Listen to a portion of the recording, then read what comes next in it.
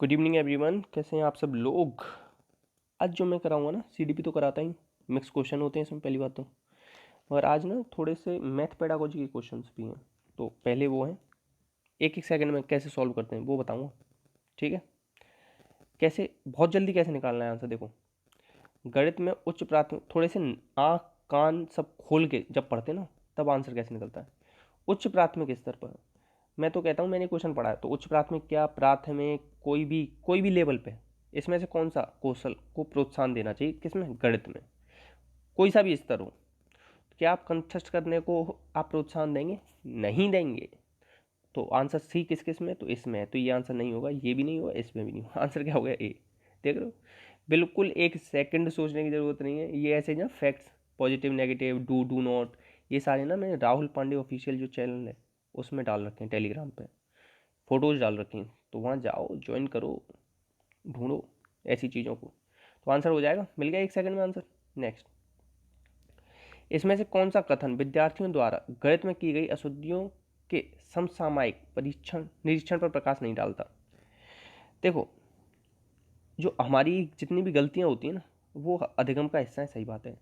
वे जानकारी देती के मूल्यवान स्रोत हैं, सही बात है। वे अध्यापक को उनकी कक्षाओं के आयोजन में मार्गदर्शन करती हैं, सही बात है। अब बच्चों की गलतियों को अनदेखा कौन कर रहा है भैया, बिल्कुल नहीं करो। गलती करिए तो उसका निदान करो, पहचान होगी, फिर उसके बाद उपचार करो। फॉर्मेटिव असेसमेंट कर रहे हैं, ये 40% होता है, क्यों कर रहे हैं? असेसमेंट फॉर लर्निंग होता है, इसीलिए तो कर रहे हैं भैया कि अनदेखा ना करना पड़े। समझ क्यों नहीं रहे हो? तो आंसर हो जाएगा डी, ठीक है। नेक्स्ट, अब देखो, इसमें से कौन सा सही है? गणित उपकरण है, गणित कला है, भाषा है, गणित सब कुछ है। गणित ये तीनों है, तो आंसर क्या हो जाएगा, ये, ठीक है। नेक्स्ट, अच्छा एक चीज़ याद रखना, कभी भी पेपर में जितना बड़ा क्वेश्चन होगा ना, उतना ही ज़्यादा उसमें इन्फॉर्मेशन होगी आंसर तक पहुंचाने की, ठीक है। तो कभी बड़े क्वेश्चन को देख के ना खुश हो जाना कि टीचर या जो एग्जामिनर है मेहरबान हो गया आप पे, ये ज़्यादा इन्फॉर्मेशन दे दी। गणित अधिगम के लिए इसमें से कौन सा सही है?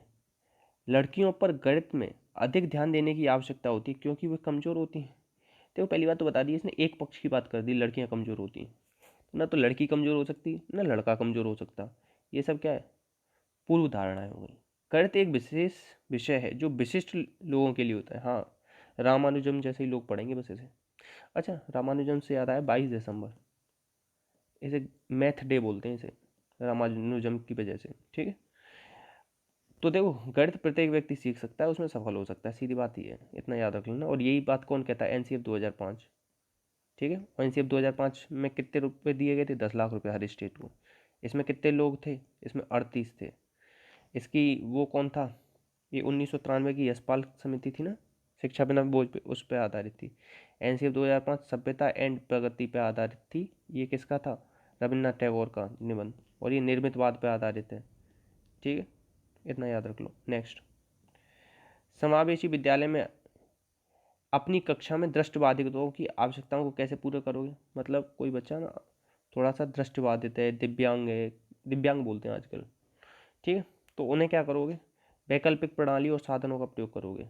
जैसे कोई है दिव्यांग, तो सब बच्चे पढ़ रहे हैं तो उसे थोड़ा सा हेडफोन वगैरह ला के दे दो, कुछ वैसे सुना के उसे याद करा दो। दृष्टिबाधित है, कान तो अच्छे हैं ना, कानों से सीख लेगा। ब्रेल लिपि है, ब्रेल लिपि से सीख लेगा। ब्रेल लिपि में कितने डॉट होते हैं? 6। किसने बनाई थी? Louis Braille. अच्छा ये बताना अगर किसी को पता हो कि लुई ब्रेल कहाँ के थे, ठीक है, ये बताना। नेक्स्ट, नेक्स्ट है कि इसमें से गणितीय अध्यापन को प्रभावकारी बनाने के लिए इसमें से कौन सी विशेषता नहीं है?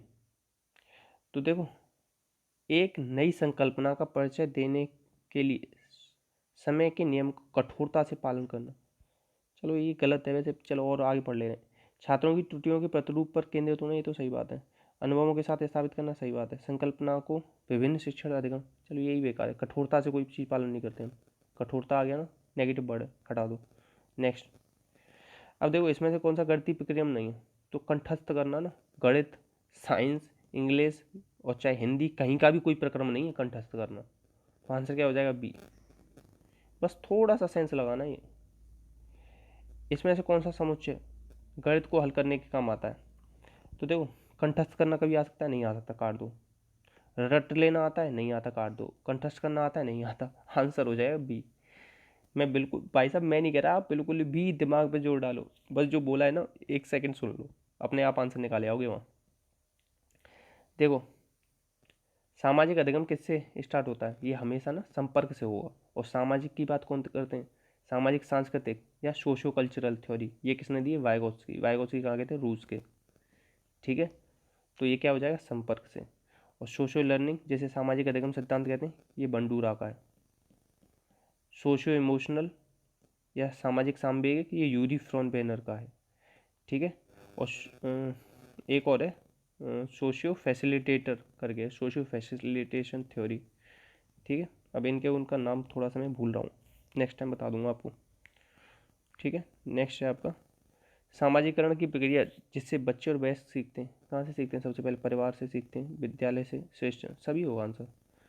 देख लेते हैं एक बार, सभी होगा, जहाँ तक है सभी होगा इसका आंसर। ठीक है, सभी मानना उसका आंसर ना, सबसे सीखते हैं हम सामाजिकरण। तो सामान्य पुरुष में XY गुणसूत्र होते हैं, और जबकि सामान्य महिला में क्या होते हैं? XX होते हैं। जब ये वाला X और इस वाले X से मिलता है तो क्या होती है? लड़की पैदा होती है। जब ये Y और X से मिलता है तो लड़का पैदा होता है। अब देखो, 2 सिंड्रोम होते हैं, वो याद रखो। एक तो होता है डाउन सिंड्रोम, इसमें क्या होता है? एक गुणसूत्र ज़्यादा हो जाता है। गुणसूत्र कितने होते हैं अपने यहाँ? 46, तो इसमें हो जाते हैं 47। एक होता है टर्नर सिंड्रोम, इसमें 46 की जगह 45 रह जाते हैं। तो जो ये आखिरी वाला होता है ना, ये 0 हो जाता है। और ये 0 हो गया तो मतलब वो औरत क्या हो जाएगी? वो बच्चे पैदा नहीं कर सकती।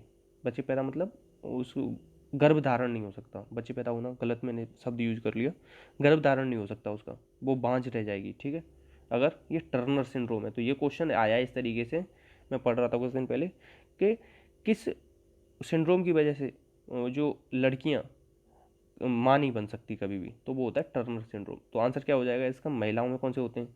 XX। ठीक है, नेक्स्ट आगे बढ़ जाएंगे।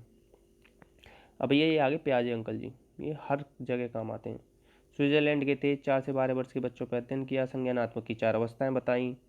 और किसके अध्ययन के लिए जाने जाते हैं? संज्ञानात्मक विकास। संज्ञानात्मक क्या है? कॉग्निटिव से रिलेटेड। भाषा विकास के लिए चोमस्की, क्या दिया था? LED device, universal grammar theory दी थी। सामाजिक विकास के लिए आप लोग केवल याद रख लो, कौन सा? वाइगोत्स्की। ठीक है, नेक्स्ट नेक्स्ट है, इसमें से कौन सा संज्ञानात्मक विकास की दूसरी अवस्था है? तो याद करने की ट्रिक लिख लो यार, चलो आज ट्रिक लिख लो आप। सर प्लीज़ कम फास्ट, अंग्रेजी की तो ट्रिक ही है। Sensory motor, pre operational, concrete और फॉर्मल। अब हिंदी की क्या है? सबने, पूरी, की, मूर्ति, आपकी। सबने से हो जाएगा संवेदी पेशी, पूर्व संक्रियात्मक, मूर्त संक्रियात्मक और औपचारिक। तो दूसरी अवस्था कौन सी है? पूरी। पूरी से क्या हो जाएगा? पूर्व संक्रियात्मक। कहाँ से कहाँ तक चलती है? 2 से 7 वर्ष। इसी में बच्चा क्या होता है? ईगो सेंट्रिक होता है, अहम केंद्रित। एनिमिज्म होता है, मतलब हर चीज़ को मैं जीवन देखता है वो, मतलब गुड़िया में को भी समझेगा। जैसे कल ना मेरी भतीजी है दृश्य, उसे मैं कह रहा था इस गुड़िया को खाना क्यों नहीं खिलाती, तो वो कह रही कि खाती नहीं है, मैं तो बहुत कहती हूँ इसे। तो मतलब वो हर किसी को ये समझता है कि इनमें जीवन है। तो बच्चों से ऐसी बातें किया करो, मज़ा आएगा। आंसर क्या हो जाएगा? C। ठीक है, नेक्स्ट है आपका राष्ट्रीय पाठ्यचर्या की रूपरेखा 2005। इससे पहले कब कब आया? ये NCF की बात कर रहा है। NCF सबसे पहले आया 75 में, फिर आया 88 में, फिर आया 75, 88, 2000 में, फिर 2005। अब देखो आने की संभावना है 2021 तक। ठीक है, इसमें गणित का मुख्य उद्देश्य क्या है? गणित का मुख्य उद्देश्य होता है तार्किक चिंतन, समस्या समाधान की योग्यता का विकास करना। और एक और पूछा जाता है गणितीयकरण करना, ये भी है गणितीकरण करना। ठीक है, आंसर क्या हो जाएगा? C। ठीक है, और देखो दो, चलो छोड़ो यार, वो आप बाद में बता दूंगा मैं आपको। अब इसमें देखो, एक बच्चे की वास्तविक आयु 8 वर्ष है और मानसिक आयु 12 वर्ष है। IQ का फॉर्मूला याद करो, MA/CA। ठीक है, इंटू 100। अब वास्तविक आयु, ये मानसिक आयु क्या है? 12, ये है 8 गुणा 100। 4 से 3 बार, 4 से 2 बार, 2 से 50 बार, तो ये क्या आ गई? 150 आ गई। और ये जो पूरा फाइनल फार्मूला दिया था, ये किसने दिया था? टर्मन ने। टर्मन ने क्या कहा है? बुद्धि क्या है? अमूर्त योग्यता है। ठीक है, इस चीज़ को याद रखना। शुरुआत इसकी किसने की थी? शुरुआत की थी स्टर्न ने। अब जो मानसिक आयु ये दिया था 1908 में, किसने दिया था? बिने ने। बिने ने ना एक कारक सिद्धांत दिया है, इसे निरंकुशवादी सिद्धांत भी कहते हैं।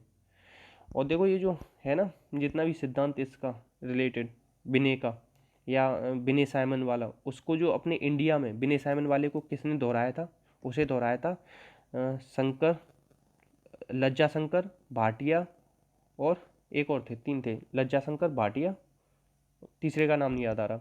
और इसको ना इंग्लिश वाले में किसने ट्रांसफ़र किया था, इंग्लिश वर्जन इसका तैयार किया था गोडार्ड ने। किसने? गोडार्ड ने। इसमें कितने होते हैं? 30 प्रश्न होते हैं और सरल से कठिन की ओर चलता है और सामान्य बुद्धि का मापन करता है। इससे अलग एक सेकंड एक क्वेश्चन नहीं निकल के आ सकता है इसमें से। ठीक है, सारा बता दिया मैंने आपको। नेक्स्ट, बुद्धि पर किसका प्रभाव पड़ता है? बुद्धि पर वंशानुक्रम का प्रभाव पड़ता है। तो ये कहा था टर्मन ने। देखो दो चीज़ याद रखना, वंशानुक्रम और अमूर्त, दो चीज़ें बताई हैं इन्होंने। ठीक है, याद रख लेना। गाल्टन ने सबसे पहले बुद्धि शब्द का प्रयोग किया है। किसका? बुद्धि शब्द का। ठीक है, 1885 इस समय। ठीक है, और 1885 से क्या आना चाहिए? 1898, जब इन्होंने किसने थॉर्नडाइक ने लॉ दिए थे अपने सीखने के, तत्परता, अभ्यास, प्रभाव, सीखने के 3 नियम दिए थे ना मुख्य। और गाल्टन ने क्या दिया है? व्यक्तिगत विभिन्नताओं की बात भी करी है। ठीक है, नेक्स्ट, अब देखो मानव का जो व्यवहार मुख्यतः क्या होता है? बुद्धि पर आधारित होता है। ठीक है, सीधे याद करने वाला क्वेश्चन है। अब देखो ये वाला क्वेश्चन आ गया, वास्तविक आयु बटे मानसिक आयु। मानसिक आयु कितनी? 15। वास्तविक कितनी? 12। ऐसे कर दो 100, 3 से 5 बार, 3 से 4 बार, ये 4 से कितनी बार जाएगा? 25 होगा 100, 25 पंजे 125, आंसर क्या हो जाएगा? 125। नेक्स्ट आते हैं, अच्छा अचीवमेंट क्वेश्चन क्या होता है? ये अगर किसी को पता हो ना तो प्लीज़ बताना, मुझे भी कन्फ्यूजन है इसमें। ठीक है, अचीवमेंट क्वेश्चन हर जगह अलग अलग आंसर है इसका। नेक्स्ट है, शिक्षार्थियों के बीच अधिगम की शैली में अंतर होता है। मतलब देख रहे हो, मैं तेज कर सकता हूँ पढ़ाई या स्लो कर सकता हूँ, आप तेज कर सकते हो, आप अलग तरीके से पढ़ सकते हो। तो ये क्या रीज़न है? इसका आंसर है शिक्षार्थियों द्वारा अपनाई जाने वाली विचारण नीति, कैसे वो अलग अलग तरीके से विचार करते हैं। नेक्स्ट देखो, एक जो पेपर होता है ना, पेपर की विशेषताएं होती हैं कुछ, वैधता, विश्वसनीयता, विभेदकारिता। तो विभेदकारिता का मतलब क्या है? कमजोर विद्यार्थियों में, प्रतिभाशाली में, सामान्य, सब में ना विभेद कर सके कि कौन कमजोर है, प्रतिभाशाली। अब इसे नेगेटिव वे में मत ले जाना, ये इसी तरीके से, ये ना कॉन्सेप्ट है, कॉन्सेप्ट में ना ये पॉजिटिव नेगेटिव मत लगाना कभी भी। ठीक है, याद रखना है। नेक्स्ट क्वेश्चन है आपका, अधिगम में, अधिगम का शिक्षा में योगदान क्या है? सभी में, व्यवहार परिवर्तन में, नवीन अनुभव में, समायोजन। आंसर डी हो जाएगा। नेक्स्ट है आपका, सतत और व्यापक मूल्यांकन में व्यापक का शब्द क्या है? ये है संज्ञानात्मक, सह संज्ञानात्मक। और ये किसने दिया था? स्क्रीवेन ने दिया था, इसे भी याद रखना। ठीक है, स्क्रीवेन ने सबसे पहले इसका प्रयोग किया है। तो आंसर क्या हो जाएगा? ए और बी दोनों। ठीक है, और सुबह 7 बजे जो क्लास आती है ना हिंदी की, उसे प्लीज़ देखा करो और शेयर कर देना अगर अच्छी लगी हो ये क्लास तो। देखो मैं अपना बेस्ट दे रहा हूँ, बाकी आप लोग बेस्ट दो ना, हम दोनों मिलके ना, मतलब हम और आप, बिल्कुल सही सही कमेंट बॉक्स में बताया करो कितना पढ़ रहे हो, क्या कर रहे हो, कहाँ दिक्कत आ रही है, जिससे कि मैं ना उसका समाधान कर सकूँ। फिर मैं आपको ना निदान करूँगा इन सब चीज़ों का, फिर उपचार करेंगे उन्हीं चीज़ों के। तो हम जो पढ़ रहे हैं ना उसे हम लागू करेंगे अपने ऊपर। तो बाकी इस वीडियो को हो सके तो शेयर कर देना, जो क्वेश्चन पूछे उनका जवाब देना, अपना अपना ख्याल रखना। इसी के साथ जय हिंद, जय भारत।